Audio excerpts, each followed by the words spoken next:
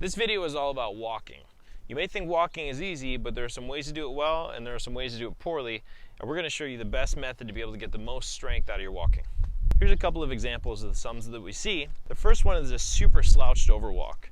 In the super slouch, people end up just reaching forward and grabbing the ground and pulling their bodies forward. Their body is using a ton of the front of their body and almost none of the backside. So your hamstrings, your glutes, all those start to get super weak over time. The second walk is very similar. Same thing, less exaggerated.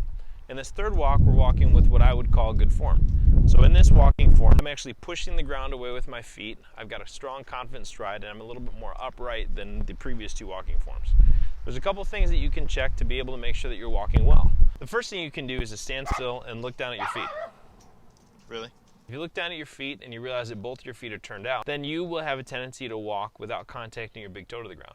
Now, there are lots of different ways that we can examine moving your feet around and moving your body around, but the easiest cue that I've found is to actually take your feet and make sure that they're pointed forward. When you start to point them forward just a little bit more, you'll find that some things start to realign. Remember, you've been walking this way for a really long time, so it may take some time to realign. The easiest tip to use for anybody to correct their walking is that when you walk forward, make sure that your big toe comes in contact with the ground and you almost propel yourself forward with the big toe.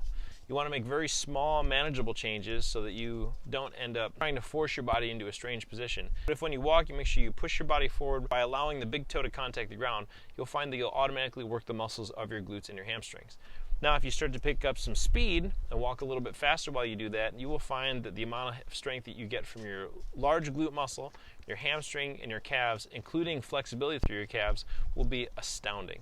Make a habit out of going for brisk 10 to 20 minute walks once or twice a day to really gain some incredible strength.